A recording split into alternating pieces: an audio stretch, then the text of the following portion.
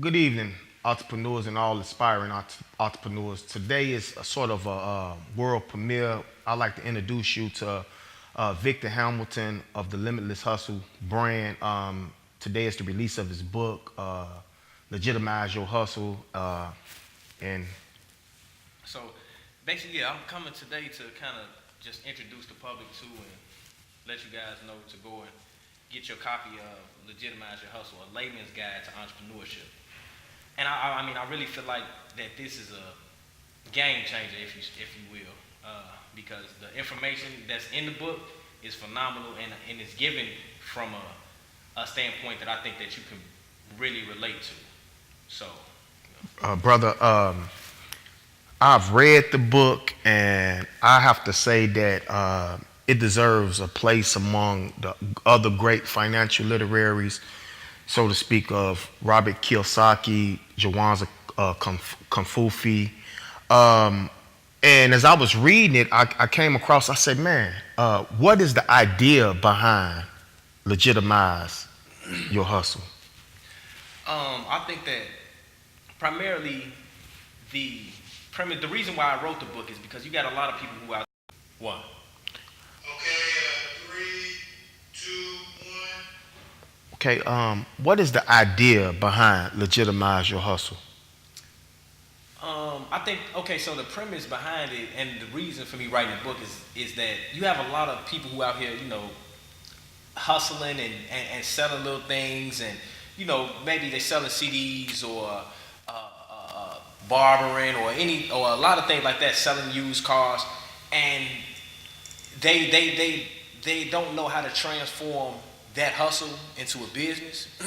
And primarily because a lot of people think that they don't actually have what it takes to be an entrepreneur, and that's totally false. A lot of people who are out here selling the thing, they're running a business, they just don't recognize that they're running a business. They don't know the formal steps to take in order to form a business. And in addition to that, generally when people leave school, studying business, they're not armed with the proper information as far as exactly how to, what to do next when they want to start a business. So that was the reason why I wanted to come with this book, is because it gives you the when, the wheres, and the hows to formulate your company and take it to that next level. So It's sort of a financial guide to help a person become financial literate. That's what I received from the book. And as I was looking at part one of the book, The Making of a Hustler, I seen a certain euphemism, wordplay that you used when you was describing hustler, and you was describing it as HUSTLER and HUSTLA, hustler. So where did that come from, and how did you come to put that duality on the word? okay, well, initially I think that I'm a hustler, you know what I'm saying, and I embrace that. And I think that a lot of people embrace it, and once they know and understand what it means. So if you take like the Jay-Z's and the Nas's and the Rick Rosses, they say it all the time, I'm a hustler, and they don't mean I'm out here, scamming and selling drugs and trying to beat you out of your money. I mean, man, I hustle for mine. I grind, I get it, I sell what I sell, and I hustle. So I embrace being a hustler. You know what I'm saying? But sometimes when you say I'm a hustler, the first thing that people think Exactly. is, it's negative. Oh, you're a hustler. Exactly. Well, what, like you're trying to hustle me. You know what I mean? So somebody. The thing I wanted to kind of differentiate the difference between hustler and hustler. So a hustler is probably the past, where the hustler, they by any means necessary, I'm gonna get it by hook or crook, Right. Whereas a hustler, we got more of a refined approach to it. We have morals and ethics behind our hustle. We not willing to take any road to get to that end. We looking for legitimate means to actually get this money. So I love that's that. the reason why I differentiate being a hustler and a hustler. I love It's that. a big difference. I love that. And the tone of your book, it reads with simplicity. The average common youth, man, woman, or child, they would be able to embrace the material. And in one of the chapters I read, that you informed the reader that being a hustler is risky, but not life or death risky. And I found that to be inspiring. I find that to be right on target with the spirit of the time. I think that an important statement that you made, an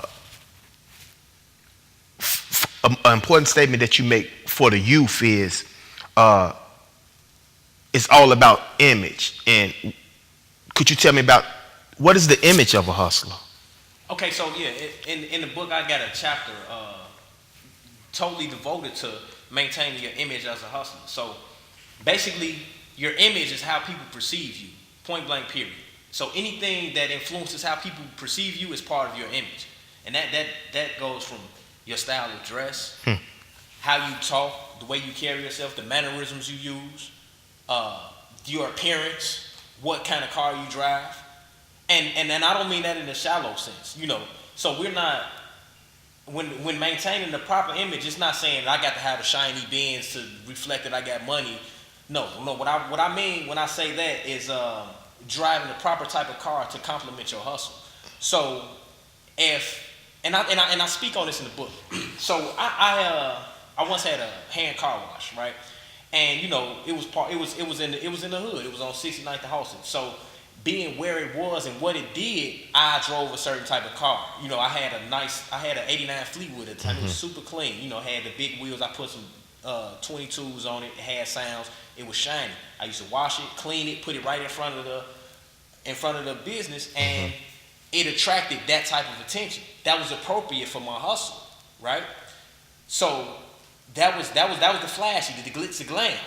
But then once I transformed my hustle and I switched over from doing the car wash, I started actually investing in real estate. So that car didn't fit that hustle because exactly. like a lot of the properties that I was going to look at, they were in the hood, and I had to pull up in this car with the sounds and the rims, and I'm trying to talk to, you know, contractors and realtors, and I'm pulling up in this. First of all, it's unsafe because I'm pulling up in unknown neighborhoods. I'm parking in these rough neighborhoods. Right. People assume like, okay, he got some type of money, he want to rob me, or they even just want the car. They just want to take the car. So realizing that, I had to get rid of that car. I had to go ahead and get me a up to date. I went and got a Chevy Malibu. Okay. No rims, no glitz glam. It was silver, smooth, right up under the radar. I pull up, and people can take me seriously as an investor because my car says, okay, this guy, you know, he's just an average person, you know. Whereas with the shiny car, the first thing they thought is, if I got any type of money, how did I get this money? First off, because you know, I got the car with the sounds. And the first thing they think is drug dealer, you know. But I wasn't that. You wasn't that. But my image said otherwise. So it's very important to maintain your image because it speaks before you even say a word. Your image is going to speak volumes about you, and that's like, you know, how you're dressing, what you're driving. Success or failure is determined before you speak a word. If you don't realize that, you need to. I like that, brother. You also speak about in your work about 9 principles, I believe, to leadership, and it was one I want you to tell us about it. But it's one that spoke renownedly to me. And what is a hustler's spirit? And the first thing I said to myself before I even read that, after I identified what a hustler was a need for freedom. And then when I read your principles, I said, the brother's on something. Could you tell us about these 9 principles? Okay, so the 9 principles you speak of is what I define as a hustler spirit. So a hustler spirit is something, you know, that hustlers possess, you know. And I kind of coined the term from Jay, you know, I got a hustler spirit, period. You know what I mean? Okay. And so that hustler spirit is what drives us to be a hustler. You know what I'm saying? So it's like internal. It's something it's what pushes you to do what you do and gives you the ability to do what you do. But what is it? So I had What is to really come up with and define and break down exactly what that is. So it's nine things. First of all, it's leadership. Because as a hustler, you know you're gonna have to lead. You know, and I can go into depth, but for the sake of this, I won't. You know, the next principle is a need for freedom. You know, and I don't mean like just the need to not be held captive. No, I mean true freedom to be able to go and do what you want to do the way that you want to do it. So you need, in order to do that, you need financial stability. You know, that's a form of freedom, and you also need the ability to set your own pace. So you can't be That's important. begging your employer for days off when you need to go and do something that you need to do. Exactly. So that's one thing. Another one is ambition, because you a hustler can't be told that they need to hustle. You know what I'm saying? It's something you got to have that drive to want better, to want more, to strive, to be competitive. So it's got to be built in. So it has to be a part of a hustler spirit. You know, the next thing is persistence, because man, you know, entrepreneurship is hard. It's discouraging.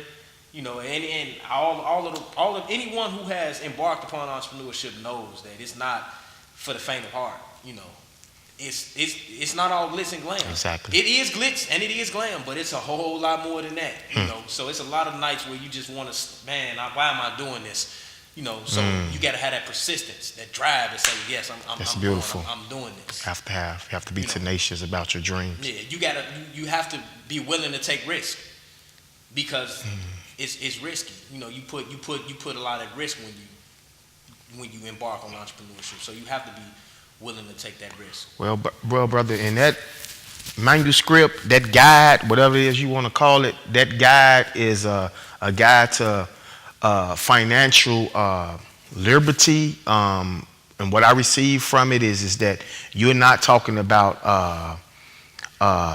riches, but you're talking about wealth. You're talking about being able to produce for your own survival. And the book is on shelves. It's great, and like I say, it's simple to read, and it gives you it gave me a ABC into the financial arena, brother. And I appreciate you, and I thank you. And your greatness has yet to be revealed. Appreciate the time, man. Thank you.